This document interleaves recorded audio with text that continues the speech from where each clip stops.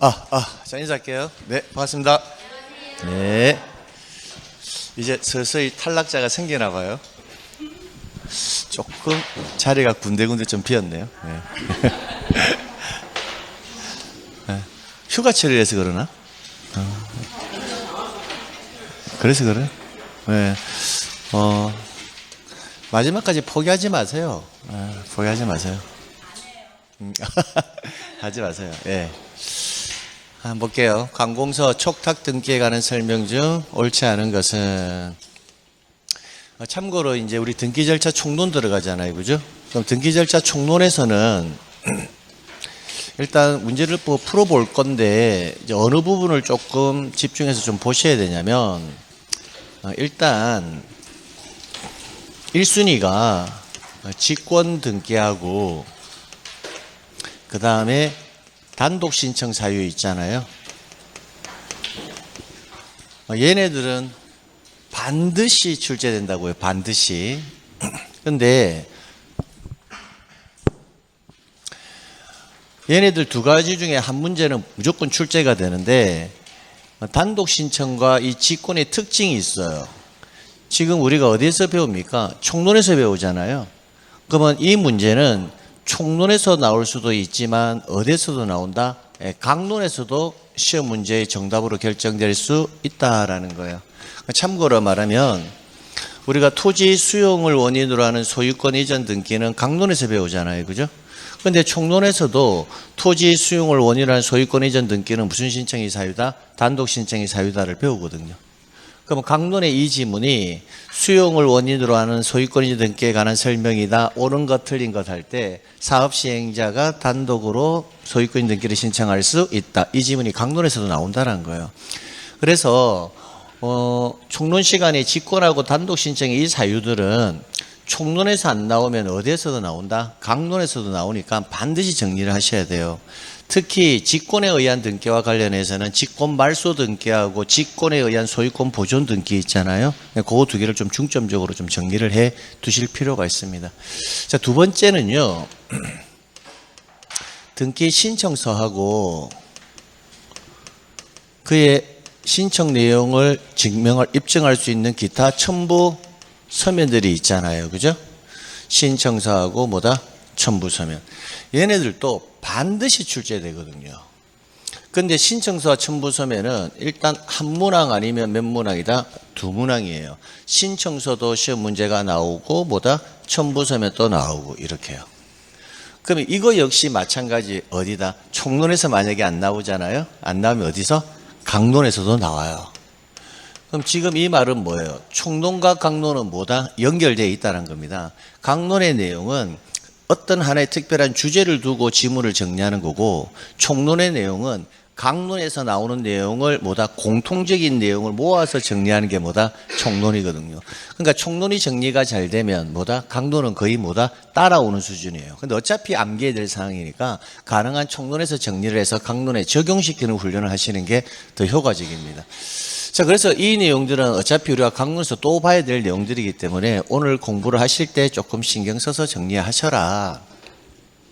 근데 이제 신청서와 관련해서 우리가 정리를 할 때, 신청서와 관련해서 정리할 때 신청서에 필요적 기록사항이 있을 거잖아요. 부원일, 목심, 필관. 그럼 기본적으로 하셔야 되는데, 거기에서 특히 뭘 좀 조심해야 한다? 등기필 정보와 관련되는 이 지문들은 출제인이 한 지문을 내든 독립적인 문항을 내든 꼭꼭 지금 거의 요즘 들어서 한 지문씩 내어주고 있다는 거예요.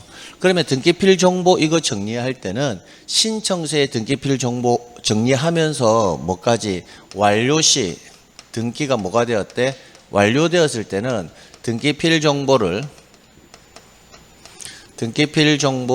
뭐 한다? 통지한다. 이 지문과 등기필 정보를 통지하지 않고 등기 완료 통지를 한다. 이 지문 두 개가 있잖아요.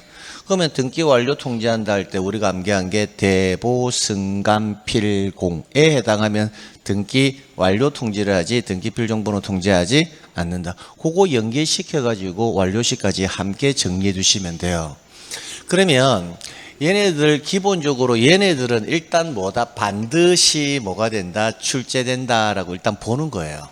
그럼 이제 이거 외에 있잖아요. 이거 외에 우리가 배워드릴 게 등기부상의 명인이 될 수 있는 자, 당사자 능력이 있느냐 없느냐, 뭐 전자신청과 관련되는지, 뭐 기타 관공서 촉탁에 관한 등기들, 기타 얘네들은 뭐다? 반드시 나오는 건 아니지만 출제 가능성은 있다, 이 정도의 느낌이라고요. 그러면 등기 절차 총론 오늘 공부하실 때 직권과 단독과 등기 신청서의 필요적 기록 사항 중에서 등기필 정보와 관련되는 지문 주의하시고, 완료 후 절차에서 등기필 정보를 통지할 건지 등기 완료 통지를 할 건지, 그다음에 첨부 서면이 나오면 항상, 그래서 부동산 표시를 증명할 수 있는 정보인 대장 정보를 제공한다, 이런 지문이 딱 나왔을 때는 항상 앞에 지문을 읽지 말고 밑에다가 뭐다, 보이멸변 적어 놓고 앞에 보이멸변이 들어가는지 안 들어가는지를 확인해서 문제 푸는 습관 들이시면 된다고요. 자, 그렇게 해가지고 1번과 2번 논점은 반드시 출제되니까 요 지문부터 먼저 정리하고, 근데 이 내용을 제외하고 나면요 대부분 자주 보는 애들이기 때문에 문제가 풀려요. 당사자 능력과 관련해서 나오면 여러분 태아, 학교, 읍면독립, 민법상의 조합은 안 돼. 나머지는 돼. 이거 암기하고 있잖아요. 그죠? 그러니까 이런 애들은 반드시 나오는 애들은 아니라는 거예요. 비법인 사단, 재단, 출제 비중은 좀 높지만 반드시 나오는 건 아니지만 정대주, 결 등 이거 중요하잖아요. 그죠? 그런 질문들. 누구 명의로 신청한다? 비법인 사단, 재단 명의로. 신청은 누가 하고? 대표자나 관리인이. 그리고 비법인 사단 재단이 신청할 때는 대표자 또는 관리인의 성명과 주소만 기록하는 것이 아니라 뭐까지? 주민번호까지. 이런 지문들은 반드시 나오는 건 아니지만 출제 가능성은 있다, 이 정도의 수준이라는 거예요. 자, 그래서 1번과 2번 논점 이 두 가지만큼은 반드시 일단은 하나도 빠짐없이 정리해 놓으시고, 나머지 애들 뭐 각하 사유도 있겠다 안에 보면, 그죠? 뭐 각하 사유도 반드시 나오는 건 아니지만 29조 이후 사건이 등기할 것이 아닌 때에 해당하는 애들은 상당히 출제 비중이 뭐다? 높다고요. 그래서 그렇게 해서 한번 정리해 볼게요. 그럼 관공서 촉탁 등기도 다시 말씀드리면 반드시 나오는 건 아니지만 상당히 출제 비중이 뭐다? 높다라고 보고 있는 것 중에 하나라고요. 그럼 관공서 촉탁과 관련되는 등기가 시험 문제에 나오면 항상 머릿속에 관공서는 뭐다? 천사라는 이미지를 가지고 정리해 버리면 됩니다. 관공서가 등기를 촉탁할 경우에는 본인이나 대리인의 출석을 요하지 아니하므로 뭐에 의한 신청도? 우편에 의한 신청도 뭐하다? 가능하다. 관공서가 등기 의무자로서 등기 권리자의 청구에 의해서 등기를 촉탁하거나 부동산에 관한 권리를 취득하여 권리자로서 등기를 촉탁할 경우에는 의무자의 권리에 관한 등기필 정보. 자, 등기필 정보 나왔잖아요. 그럼 등기필 정보가 딱 나오면 여러분 그냥 읽지 말고 마지막 서술어부터 확인하라고 했죠. 마지막 서술어가 뭐가 나왔다? 제공. 제공이란 글자가 나오면 등기를 뭐 할 때다? 신청할 때 쓰는 용어라라고 말씀드렸어요. 그러면 등기필 정보에 제공이란 글자가 나오면 머릿속에 이제 암기된 것을 적용해야 되죠. 공동 신청일 때는 누구 거 제공한다? 의무자 거. 단독 신청이면 제공하지 않는다. 관공서는 어떤 경우라도 제공하는 경우는 없다, 이렇게. 다만 단독 신청일 때 제공하는 경우가 딱 하나가 있죠. 승소한 등기 의무자가 뭐 할 때? 단독으로 신청할 때는 제공한다. 그 지문을 가져가야 된다고요. 근데 설문에서는 지금 뭐가 보입니까? 관공서가 보이잖아요. 그럼 관공서란 글자가 보였을 때는 어떤 경우라도 등기필 정보를 제공하는 경우는 있다 없다? 없다. 그러니까 이렇게요. 그러니까 이런 지문들은 사실은 뭐 논리적 내용으로 해석하는 내용들은 아니잖아요. 그럼 지적법처럼 뭐 해야 한다? 암기해놔서 그대로 적용하는 거예요. 적용하는 거예요. 그 다음 관공서가 매각 또는 공매를 원인으로 한 소유권 이전 등기 볼게요. 소유권 이전 등기를 촉탁할 경우에는 의무자의 주소지 증명정보. 자, 그럼 이게 시험 문제를 볼 때는 주소지 증명정보에 밑줄을 딱 쳐놓고, 그러면 주소지 증명정보가 언제 제공되는지를 암기하면 맞추는 거고, 암기 못하면 뭐다? 틀리는 거고. 아주 심플하다는 거예요. 그러니까 등기가 어렵다라는 관점은 아니라는 거예요, 실제로는. 그러니까 대부분 느낌상 등기를 뭐 한다? 어렵다 생각할 뿐이지 실제 암기 분량은 지적법의 반도 안 된다고요. 그래서 선입견을 좀 버리시라는 겁니다. 그럼 주소를 증명하는 정보 암기한 사람은요, 주소를 증명하는 정보는 원칙은 항상 등기용등록번호 증명정보와 주소를 증명하는 정보는 누구 것만? 권리자 것만 제공을 해요. 단 주소지 증명정보만큼은 무슨 등기 신청할 때? 소유권 이전 등기를 신청할 때만큼은 누구 것도 의무자 것도 제공한다고요. 자, 그럼 이게 뭐다? 소유권 이전 등기를 신청하니까 누구 거? 의무자의 주소지 증명정보를 제공하는 게 원칙이라고요. 원칙은. 그런데 여기 보면 뭐가 보인다? 관공서잖아요. 그럼 관공서인 경우에는 의무자 것도 제공하지 않는다고. 그러니까 제공할 필요가 뭐다? 없다 했으니까 오 이렇게 가는 거야. 그럼 다시 한번. 어차피 우리 이거 총론에서 암기하든 강론에서 나오든 항상 시험 문제 나온다고 했죠. 지금 바로 암기하라고요. 주소지 증명정보는 누구 것만 제공한다? 권리자 것만. 소유권 이전 등기할 때는 누구 것도? 의무자 것도. 단 관공서라면 뭐다? 권리자 것만 제공한다. 이렇게 됐습니다. 자, 관공서 또는 법원에 촉탁으로 실행해야 될 등기. 뭐다? 촉탁으로 실행해야 될 등기인데 뭘 했다? 신청을 했대요. 그러면 이때는 뭐다? 사건이 등기할 것이 아닌데 절차상의 등기사항이 아니다라고 보는 거예요. 그래서 각하 사유에 뭐다? 해당한다. 관공서가 부동산에 관한 거래의 주체인 경우 등기를 촉탁으로 실행해야 될 것이므로 권리자 의무자가 공동으로 신청할 수는 없다. 관공서는 촉탁으로 실행해야 될 등기도 무슨 신청을 할 수도 있다? 공동으로 신청할 수도 있다. 그래서 없다가 아니라 뭐다? 있다 됐습니다. 그래서 정답 5번 체크하시면 되고요. 자, 그 다음. 그래서 관공서 기본적인 내용들은 좀 정리하고 가셔야 됩니다. 2번. 옳은 것은. 똑같은 질문. 자, 관공서가 경매로 인해서 소유권 이전 등기를 신청할 경우 등기 기록과 대장상의 부동산의 표시가 부합하지 않다. 자, 기록과 대장상의 부동산의 표시가 부합하지 않다. 그럼 이 지문이 나왔다면 원칙은 등기부상의 기록 내용과 대장상의 부동산 표시는 항상 뭐 해야 한다? 일치해야 되는데 부합하지 않으면 이를 뭐 해야 한다? 각하를 하는 게 맞습니다. 근데 이게 누구니까? 관공서니까 이를 각하한다 안 한다? 안 한다. 그래서 촉탁을 수리할 수가 없다가 아니라 수리해야 된다고요. 그러니까 이런 지문 바라볼 때 부합하지 않으면 수리할 수 없는 거 아닌가요? 예, 맞아요. 그런데 누구라면? 관공서라면 뭐 한다? 천사니까 수리한다는 거예요. 관공서의 특칙이라는 거죠. 그다음에 관공서가 등기를 촉탁할 경우에는 우편에 의한 촉탁도 가능하다. 없다 했으니까 틀렸죠. 그러면 1번, 2번 지문이 관공서가 아닌 일반 당사자가 신청했다는 전제하에서는 다 뭐다? 이거 다 옳은 지문들이라고요. 왜냐하면 일반 당사자가 했다면 부합하지 않으면 뭐한다? 각하하는 게 맞거든요. 일반 당사자는 우편에 의한 등기 촉탁을 했잖아요. 뭐 해버린다? 각하를 해버려요. 그럼 관공서이기 때문에 이를 각하하지 않는 겁니다. 그래서 항상 일반 당사자와 관공서의 차이점. 그래서 관공서에 관한 촉탁 등기는 항상 정답의 결정 요소는 당사자가 신청했을 때는 안 되는 것들이 관공서는 천사니까 관공서가 하면 다 허용해준다. 거기에 항상 정답의 결정 요소가 있다고요. 자, 그 다음에 관공서가 글자가 나오면 등기필 정보를 제공하는 경우는 있다 없다? 없습니다. 권리자인 관공서가 거래의 주체로서 등기를 촉탁할 수 있는 경우라면 의무자와 공동으로 신청할 수도 있다. 촉탁도 가능하고 뭐다?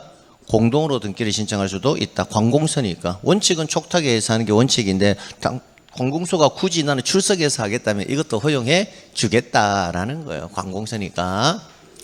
그 다음에 촉탁에 따른 등기 절차는 법률에 다른 규정이 없을 때는 신청에 관한 규정을 뭐한다? 준용한다. 준용할 수가 없다가 아니라 뭐다? 준용한다. 그래서 정답은 몇 번? 4번 체크하면 되겠네요. 자, 그 다음 3번. 계속 같은 질문이죠. 관공서가 등기를 촉탁할 경우에는 본인이나 대리인의 출석을 요하지 아니하므로 모두 가능하다. 우편에 의한 촉탁도 가능하다. 관공서가 등기 의무자로서 권리자의 청구에서 등기를 촉탁하거나 뭐라 나와 있는데 등기필 정보는 제공할 필요가 뭐다? 없다. 관공서가 나오면 어떤 경우로도 등기필 정보 제공하는 경우가 없습니다. 국가 또는 지방자치단체가 권리자인 경우에는 국가 또는 지방자치단체는 의무자의 승낙이 없이도가 아니라 승낙을 뭐한다? 받아 해당 등기를 지체 없이 촉탁합니다. 이때 승낙과 청구 이거 구별 좀 해줘야 됩니다. 승낙이 들어갈 거냐 뭐다? 청구가 들어갈 거냐 구별할 때 기본적으로 두 개 중에 여러분이 편한 걸 하나 암기하시라고요.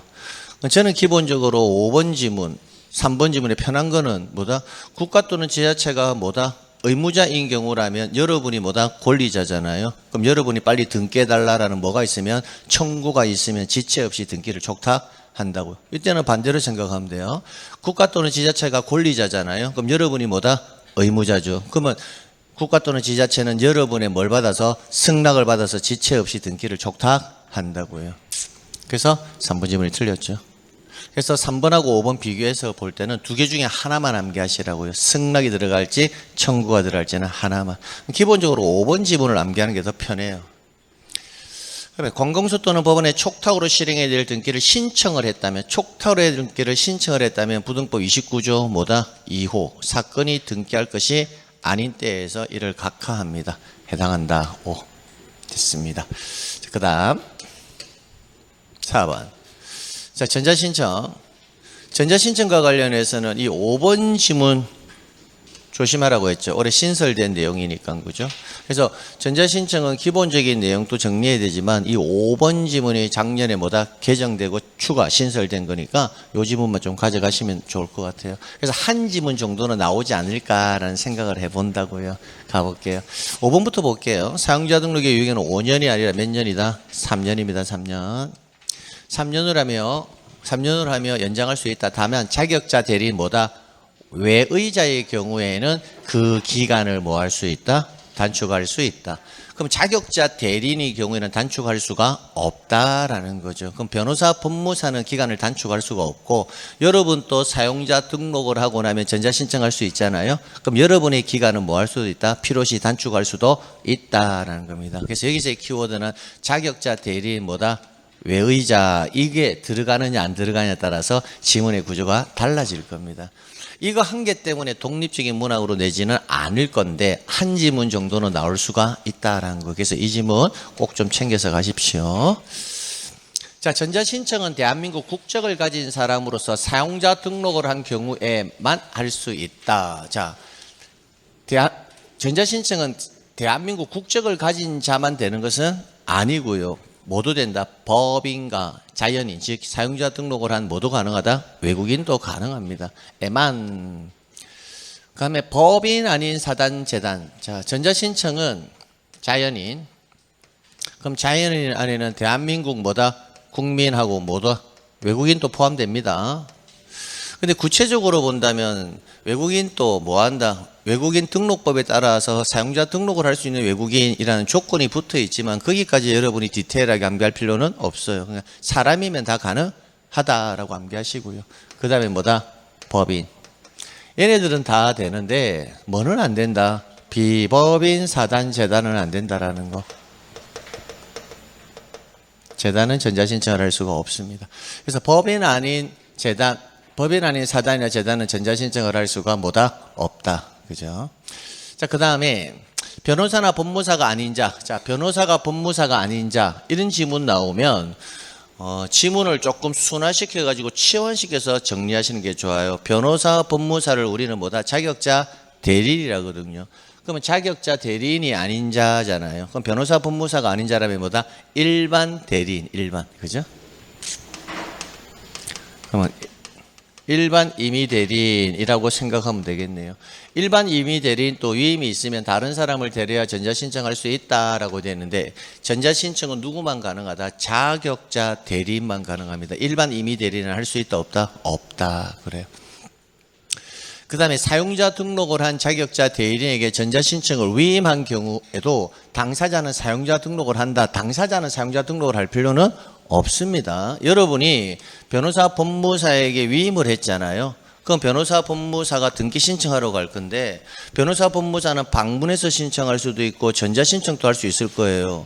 그럼 변호사 법무사가 방문해서 하고 싶다면 뭐 하면 된다? 사용자 등록 필요 없이 그냥 등기 신청하면 되는 거고, 변호사 법무사가 전자신청을 하고 싶다면 누가 사용자 등록을 해야 한다? 변호사 법무사가 사용자 등록을 해서 전자신청을 하는 것이지 대리권을 수여한 여러분이 사용자 등록을 할 필요는 없다는 겁니다. 반대로 근데 여러분이 뭐 하고 싶다? 전자신청하고 싶을 수도 있잖아요. 대리 행위를 안 하고. 그럼 여러분은 뭔가 사용자 등록을 해서 하라는 거예요. 결론, 사용자 등록은 전자신청을 하고자 하는 자가 사용자 등록을 하는 거예요.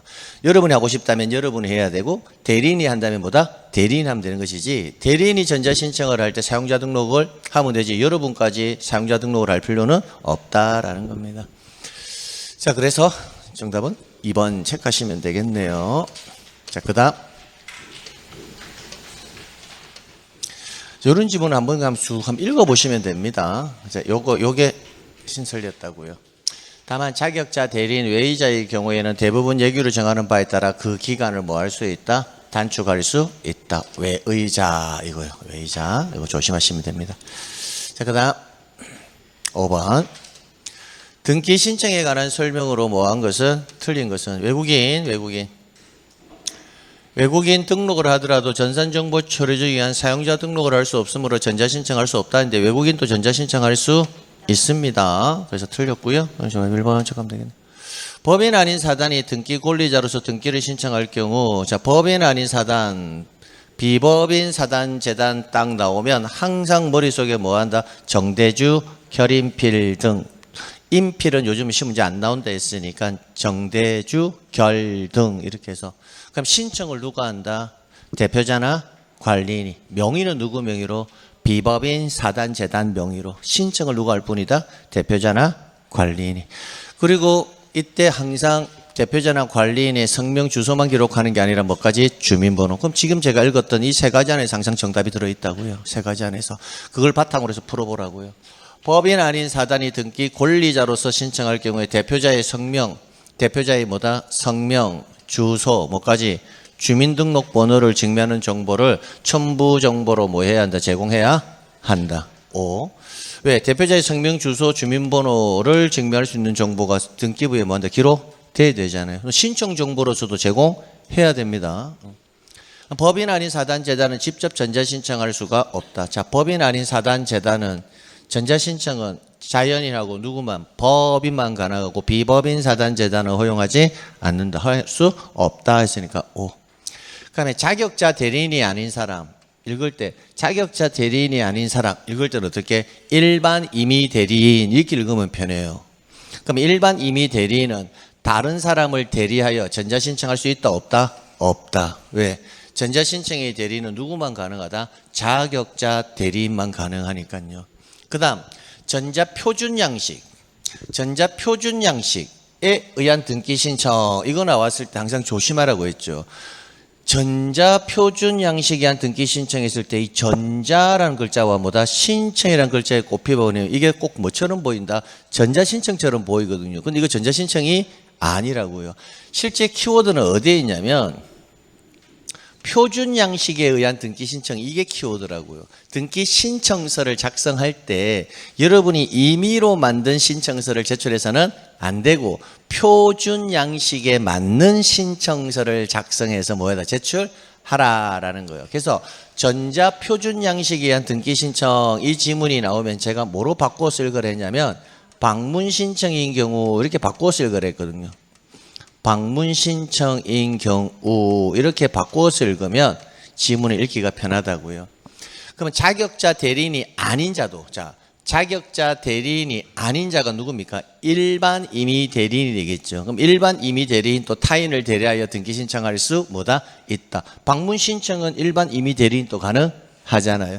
그러니까 이런 지문을 읽을 때 치안시키지 않고 자격자 대리인이 아닌 자도 타인을 대리하여 등기 신청할 수 있다. 이렇게 읽으면 지문이 좀 어렵게 보여요. 그래서 자격자 대리인은 바로 변호사 법무사가 띄어지잖아요. 그럼 자격자 대리인이 아닌 자 나오면 뭐다? 일반 임의 대리인이라고 지문을 치안시켜 놓고 지문을 풀면 지문을 정리하기가 훨씬 더 뭐하다? 수월합니다. 됐고요.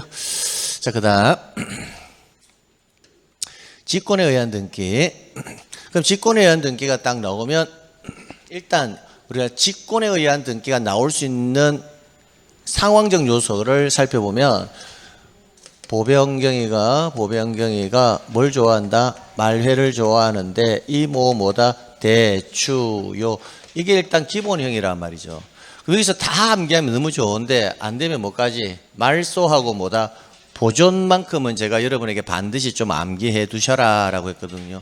그리고 나머지는 개별적으로 나중에 뭐 하시면 된다? 암기하시면 돼요. 근데 이런 지문을 암기해둘 필요가 있는 애들은요, 소유권 이전 등기라는 말이 여기에 있습니까? 없죠. 그럼 소유권 이전 등기를 직권을 하는 경우는 없어요. 설정 등기 있습니까? 없죠. 설정 등기를 직권을 하는 경우는 없다라는 거예요.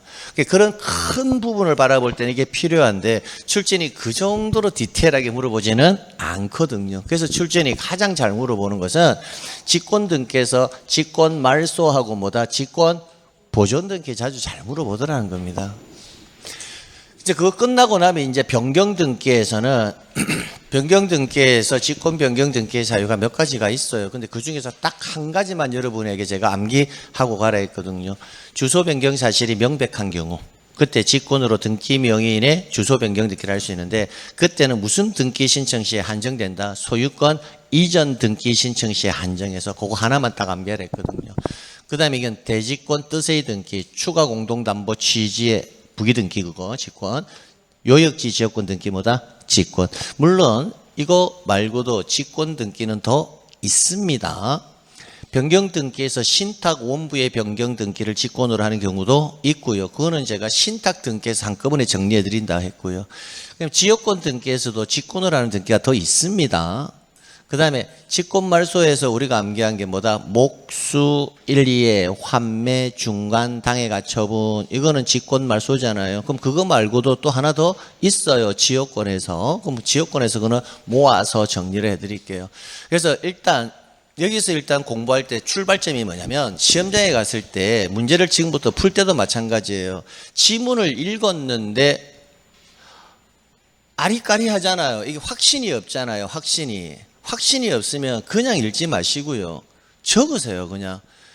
말소한다가 나왔는데 공동신청으로 말소한다가 딱 나왔는데 그게 공동인지 단독인지 직권인지를 잘 모를 수 있잖아요. 애매할 수 있죠. 그럼 그때는 공동이 맞겠지 하고 이렇게 넘어가지 마시고 목수 1, 2의 환매, 중간, 당해 가처분 이게 들어가는지 아닌지를 먼저 확인해 보면 돼요. 그럼 거기에 안 들어가면 원칙은 뭐다? 공동이에요. 그러면 공동이라는 지문이 확신이 생기잖아요. 그러니까 항상 말소가 나왔을 때는 목수 1, 2의 환매, 중간, 당해 가처분을 먼저 한번 떠올려보라. 적어보면 돼요. 이게 목에 해당하는지 수에 해당하는지 해당하지 않는지를 떠올려보고 그게 해당하지 않으면 뭐다? 공동신청으로 말소하는 게 맞아요.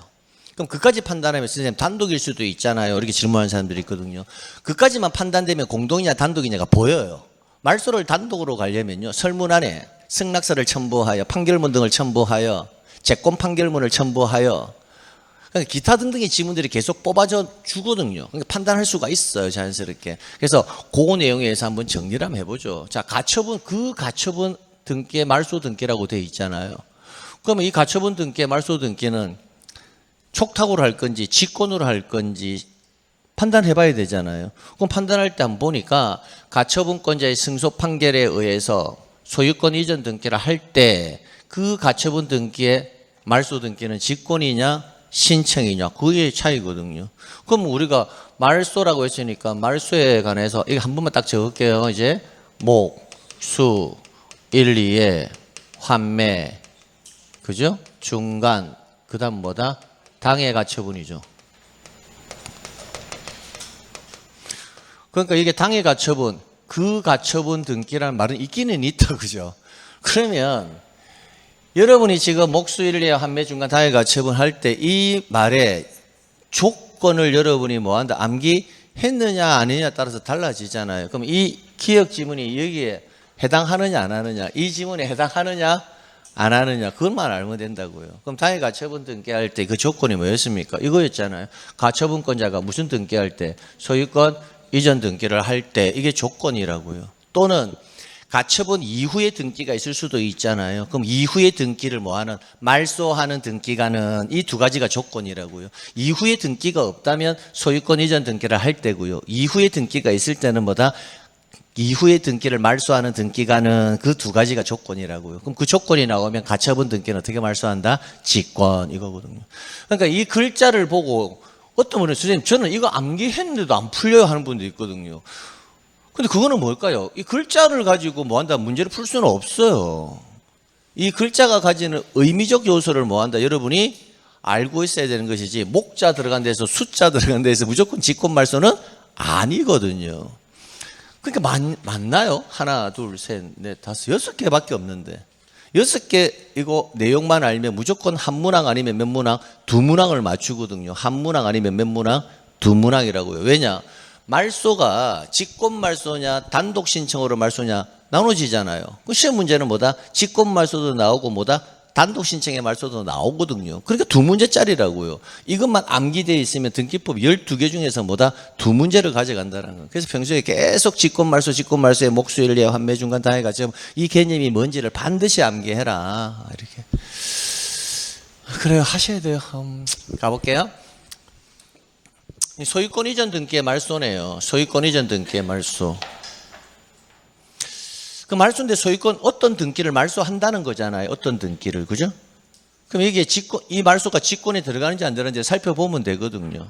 보면 가처분권자의 승소 판결에 의해서 소유권 이전 등기를 할 때 가처분 이후에 격려된 그러면 가처분된 시점이 있고 그 이후에 격려된 등기 이걸 딱 물어보는 거잖아요. 이게 목에 해당합니까? 목은 아니죠, 일단. 그죠? 수 아니잖아요. 1, 2 아니잖아요. 환매 아니죠. 중간 아니죠. 당해 가처분 아니죠. 그럼 아니죠를 하려면 이걸 암기하고 있어야 된다고요. 그럼 아니죠. 아니면 뭐다? 직권말소는 아니라는 거예요. 그러니까 직권이나 등기가 아닌 것, 이은 직권말소는 아니라고요. 그럼 이 가처분 이후에 이 소유권 이전 등기의 말소 등기는 뭐다? 신청이라고요. 그럼 신청으로 넘어가면 무슨 신청이다? 공동 신청의 원칙인데 단독 신청의 사유에 말소해 보면 가처분 이후에 격려된 제3자 명의의 등기는 가처분 채권자가 무슨 신청? 단독 신청으로 말소한다. 거기까지가 연결되는 거라고요. 그러니까 가처분 이 지문은 올해 지금 안 나온 지가 상당히 꽤 됐거든요. 그래서 가처분 절차와 가처분 이후의 절차는 꼭 좀 기억하고 가시는 게 좋습니다. 그 다음에 가등기에 기한 본등기로 인하여 중간처분의 등기가 직권 말소된 후 그 본등기가 말소된 경우에 있어서 말소된 중간처분 등기, 말소회복 등기 여기에 있네요. 여기. 그럼 회가 여기 있잖아요. 회. 그럼 말소회복 등기도 직권으로 하는 경우가 있겠다 이 말이죠. 그럼 이 경우는 직권으로 부적법하게 말소된 등기는 반드시 어떻게 회복한다? 직권으로 회복해야 돼요. 신청으로 부적법하게 말소된 등기는요, 반드시 신청으로 이를 회복해야 돼요. 법원의 촉탁으로 말소된 등기가 부적법하다면 반드시 법원에 모여서 촉탁에 있어야 돼요. 그래서 말소 당시의 방법과 똑같은 방법으로 반드시 회복해야 된다는 겁니다. 그러면 이 말소 회복 등기가 직권이 되려면 앞에 말소된 등기가 어떻게 말소돼야 된다? 직권으로 부적법하게 말소되었다면 회복도 어떻게 한다? 직권으로 하겠다는 거죠. 그럼 이쪽에 보세요. 출제인이 해주잖아요. 가등기에 기한 뭐로? 본등기로.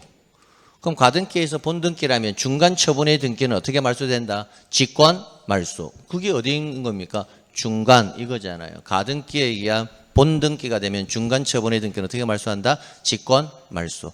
이렇게 말소되었는데 이 말소가 된 이유는 뭘 했기 때문에 직권 말소된 겁니까? 본등기를 했기 때문에 직권 말소된 거잖아요. 본등기를 안 하면 중간 처분 등기를 직권 말소할 수는 없죠. 근데 그 본등기가 말소가 되었대요. 다시. 본등기를 했기 때문에 직권 말소한 건데 이 본등기를 다시 뭐 했다? 말소를 했대요. 그러면 중간 처분 등기는 억울하게 죽은 거예요? 적법하게 죽은 거예요? 억울하게 죽은 거란 것을 알 수가 있죠. 그럼 다시 먼저 회복시켜줘야 되죠. 중간 처분 등기가 어떻게 말소되었습니까? 직권으로. 그럼 회복도 어떻게 하라? 직권으로. 그래서 말소된 중간 처분 등기의 말소 회복 등기는 어떻게 한다? 직권으로 한다. 이렇게 한다고 본다고요. 그 다음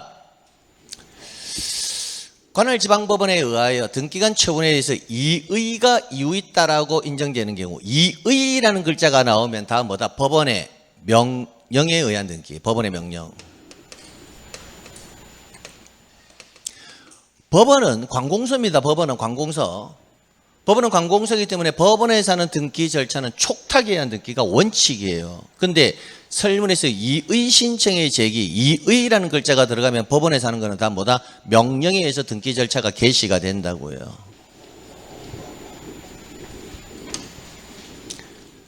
건물의 등기기로에 대지권 등기를 한 경우 대지권 등기 이것도 이제 아주 중요하죠. 이제 암기할 때 되었습니다. 이제 대지권 등기는 어디에 하는 거다?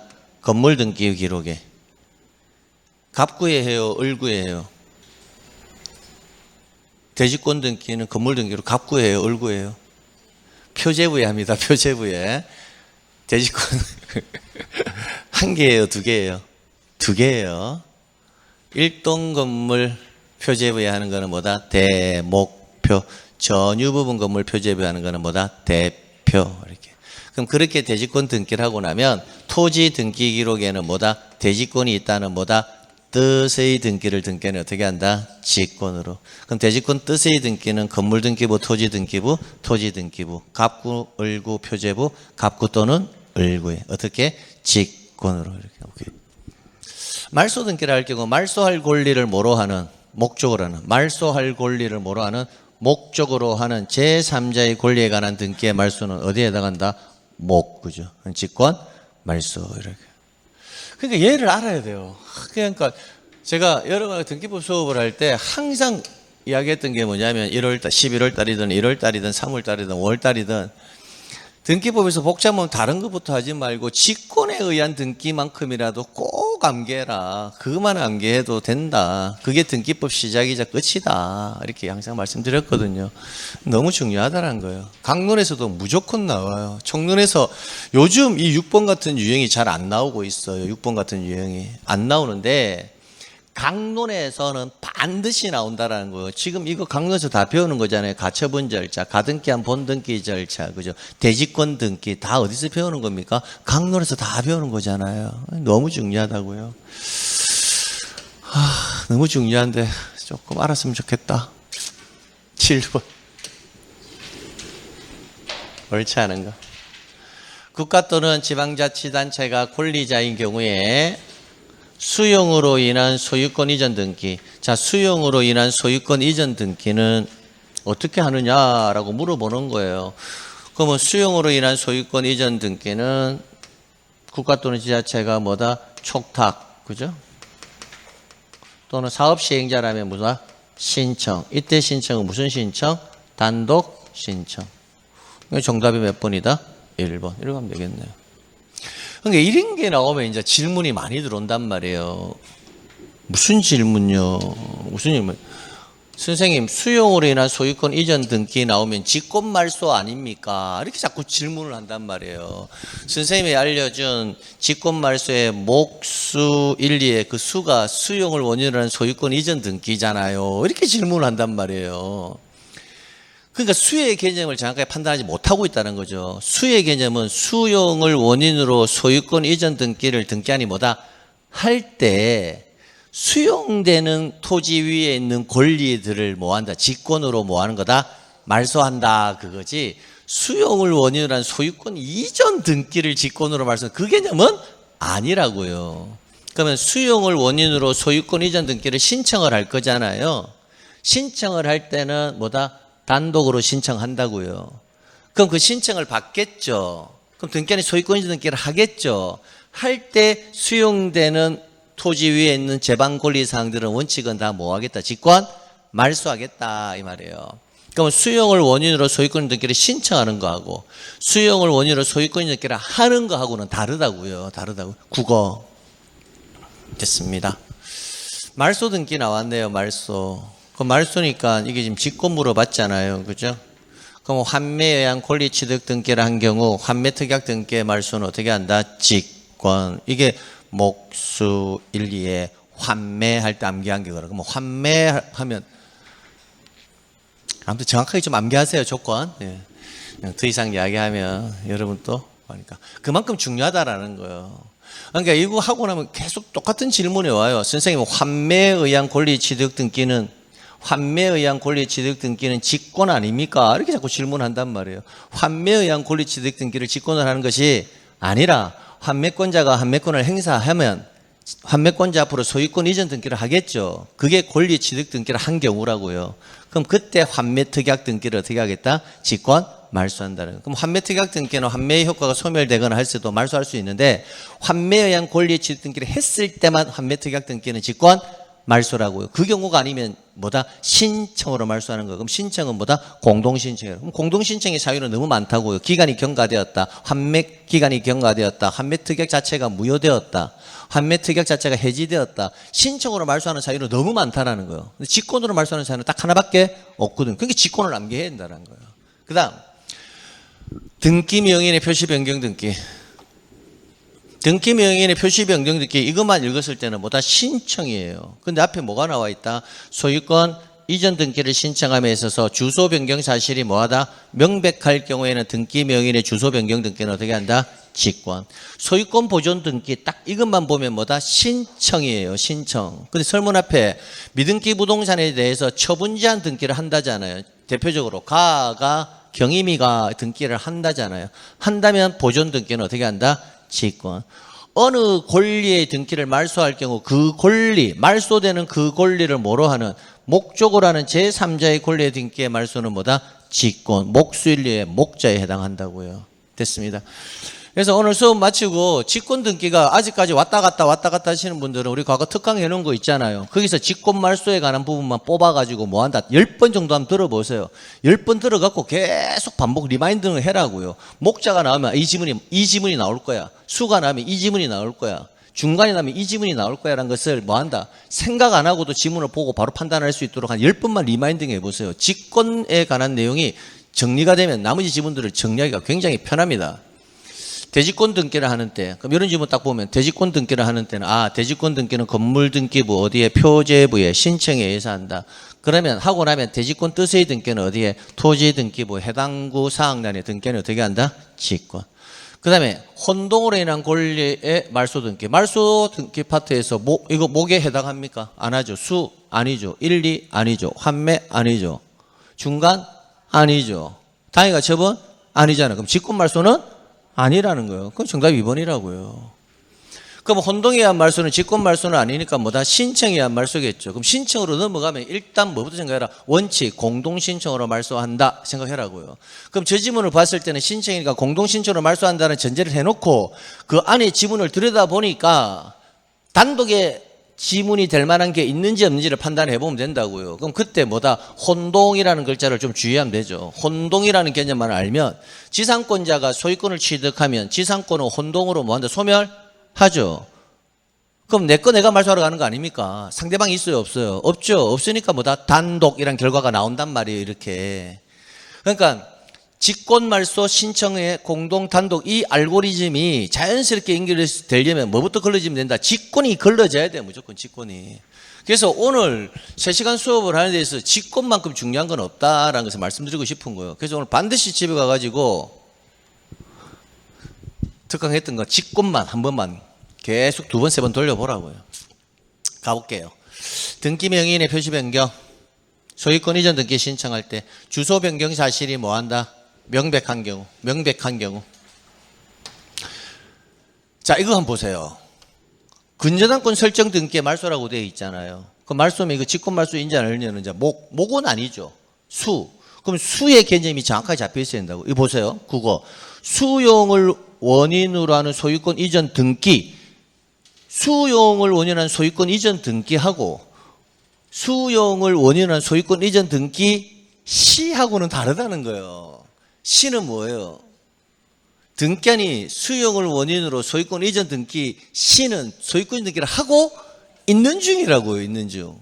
하고 있는 중이니까 수용 토지 위에 있는 근저당권 등기는 어떻게 말소한다? 직권 말소한다고요. 그럼 시험 문제에서 만약에 사업 시행자가 수용을 원인으로 소유권 이전 등기 신청 시 이렇게 나오면 뭐다? 단독 신청 이렇게 가는 거고요. 지금 지문 구분 되겠습니까? 됐어요. 보존 등기는 신청입니다. 근데 직권으로 하려면 미등기 부동산에 가압류 등기에 뭐가 있다? 촉탁이 있다. 가처분 등기에 촉탁이 있다. 임차권 등기 명령에 의한 촉탁이 있다. 가압류 촉탁이 있다. 가가 경임이 등기에 촉탁이 있다면 뭐다? 직권, 보존 이렇게요.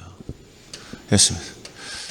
자, 그래서 직권 너무 중요하다. 다시 한 번 말씀드리면서 가볼게요. 신청 의무요. 신청 의무는 한 지문 나와요. 한 지문. 그래서 신청 의무 여러분이 딱 나오는 순간 두 가지가 떠올라줘야 되죠. 조건이 떠올라줘야 돼요. 부동산 표시의 변경 등기와 멸실 등기는 몇 월? 1월. 과태료는 부과하지 않는다. 그 다음에 특별조치법상의 신청 의무, 소유권 이전을 내용으로 계약을 체결했다면 며칠 이내?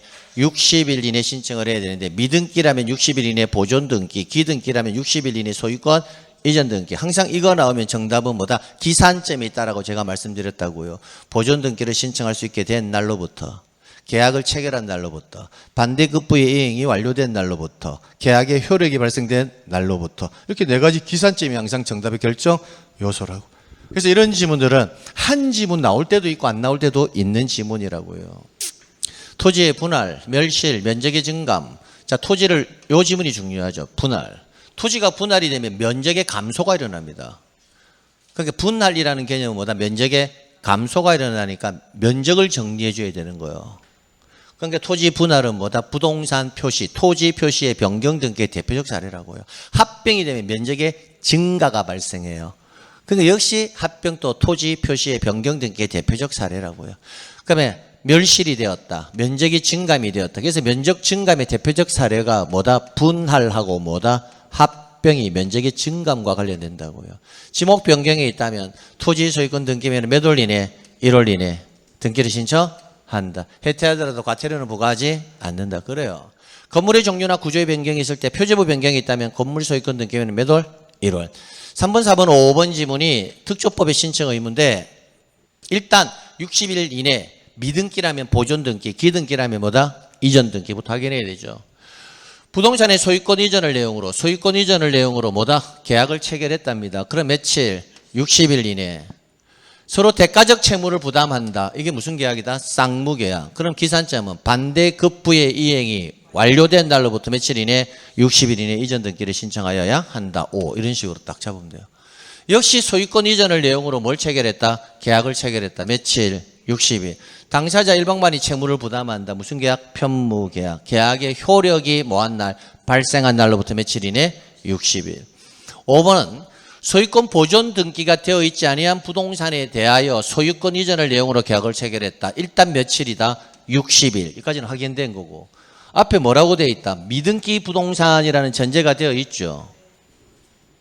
뭐다? 미등기 부동산. 그럼 무슨 등기? 소유권 보존 등기. 여기까지 맞죠? 이제 마지막 기산점만 남았네요. 그럼 기산점은 계약 체결할 당시에 보존 등기를 할 수 있었던 상황인지 없었던 상황인지 확인하면 된다고요. 근데 체결한 자는 계약 체결 후 보존 등기를 할 수 있게 되었다. 그럼 계약 체결할 당시에는 보존 등기를 할 수 있다 없다? 없다. 그러면 건물을 뭐하고 있는 중이다? 짓고 있는 중이라고요. 그럼 이때는 보존 등기를 신청할 수 있게 된 날로부터 며칠 이내? 60일 이내 보존 등기를 한다. 근데 계약을 체결한 날로부터 되어 있으니까 틀렸다고요. 체결할 당시에는 체결 후 보존 등기니까 체결할 때는 보존 등기를 할 수가 없었는데 체결한 날로부터 보존 등기를 할 수는 없잖아요. 국어적으로. 그래서 다시 한번 생각해 보면 키워드가 뭐예요? 토지 부동산 표시 변경하고 건물의 표시 변경은 1월 이내 해태하면 과태료는 부과하지 않는다. 이것은 뭐다? 소유권 이전을 내용으로 뭘 체결한다? 계약. 이거 지문 나오면 일단 며칠이다? 60일 판단해 놓고 미등기냐 기등기냐 판단하면 되고 그 다음에 기산점만 정리하면 돼요. 근데 대부분 기산점에서 정답 결정 많이 한다라는 것을 말씀드리는 겁니다. 그 다음 2번 옳은 것은 매매계약을 체결했답니다. 매수인은 매매계약일로부터 60일 이내 등기하지 않으면 과태료 처분을 받는다라고 되는데 소유권 이전을 내용으로 매매계약 체결했대요. 그 며칠이다? 60일. 60일 이내 무슨 등기해야 한다? 소유권 이전 등기를 해야 되는데 매매계약은 쌍무계약 맞습니까? 반대급부의 이행이 완료된 날로부터 매매계약일로부터가 아니라 잔금을 지급한 날로부터 며칠 이내? 60일이 돼야 되죠. 무상으로 토지를 증여받았습니다. 그럼 증여받았다면 뭐다? 이거는 편무계약이죠. 그럼 며칠? 60일. 그럼 계약에 뭐가 발생한 날? 효력이 발생한 날로부터 며칠 이내? 60일 이내 등기를 신청하지 않으면 과태료 처분을 받는다. 5 이렇게. 건물을 신축한 경우 소유자는 준공검사로부터 60일 이내 보존 등기를 신청한다. 보존 등기는 신청 의무가 부과되지 않습니다. 보존 등기의 신청 의무가 부과되려면 반드시 어떤 조건이 성취해야 된다. 소유권 이전을 내용으로 계약을 체결해야 60일 이내 보존 등기 의무가 부과된다고요. 미등기 상태에서. 그다음 건물의 분할 구분 합병이 있다. 그러면 이건 뭐다? 건물의 표시 변경 등기구나라고 확인이 돼야 되고 60일이 아니라 몇 월? 1월이고요. 과태료 처분도 받지 않습니다. 지목 변경이 있습니다. 몇 월? 1월. 역시 과태료 처분을 받지 않습니다. 그게 정답이 2번. 그러니까 이런 지문들은 독립적인 문학으로 나오기는 상당히 어렵다는 걸 느낄 수가 있습니다. 과거 10몇 년 전에 딱 한 번 나온 적이 있습니다. 그 이후부터는 한 지문 나옵니다. 한 지문. 그 한 지문이 정답의 결정 요소를 가져갈 수 있기 때문에 필수 우리가 했던 거 앞서 직권하고 단독하고 뭐다 신청서하고 첨부 정보가 다 끝나고 나면 이런 지문들은 신청 의무는 부동산 표시의 변경과 멸실 등기는 몇 월이다? 1월이고 과태료 부과하지 않는다. 소유권 이전을 내용으로 계약이란 글자 나오면 며칠이다? 60일 이렇게. 그때 항상 기산점을 가지고 물어본다. 그것만 딱 정리하면 돼요. 그럼 이 내용 짤막한 이 내용 갖고 출전에 한 문제를 계속 낼 수가 없다는 게 느껴지잖아요. 근데 직권은 너무나 이렇게 암덩어리처럼 뭐한다 퍼져 있잖아요. 이렇게. 그러니까 직권 등기는 반드시 정리해야 된다고요. 그럼 오늘 1교시에서 했던 내용 을 기반으로 한다면 여러분이 이제 생각을 한번 해봐야 되겠죠. 내가 좀 정리를 한다면 일단 직권이 반드시 정리가 돼야 되겠구나. 그러면 관공서도 시험 문제 안 나온다 개념은 아니에요. 그럼 직권부터 먼저 뭐한다 정리해놓고 나중에 시간적 여유가 남으면 관공서는 천사의 개념으로 한번 접근해봐야 되겠다. 그 다음에 뭐다? 신청 의무의 부과도 안 나오는 건 아니지만 표제부에 할 때와 멸실 등기는 몇 월이더라? 1월, 소유권 계약을 차면 60일이다. 이 정도만 간단하게 해놓고. 근데 이런 지문들은요, 내가 의식적으로 암기 안 해도요, 자꾸 들으면 뭐한다? 암기가 되는 애들이라고요. 근데 그런데 시간 낭비하지 말라는 거예요. 그럼 어떻게 해야 한다? 오늘 직권 등기는 반드시 내가 끝내버리겠다는 마음으로 뭐하라? 오늘 집에 가면 복습 한번 해보시라는 거예요. 그러면 혼자 하기 힘들면 어떻게 한다? 특강했던 거 볼 수 있잖아요. 거기서 직권 등기만 5번 정도만 반복해서 한번 들어보세요. 집에서 설거지 하다가 그냥 틀어놓고 있으세요. 그냥 계속 듣다 보면 직권이 뭐하는데 이제 입에서 놀거든요. 그게 되어야 뭐 등기법은 오그리든 쪼그리든 한다고요. 됐습니다. 잠시 쉬었다가요. 제 3절 넘어가도록 하겠습니다.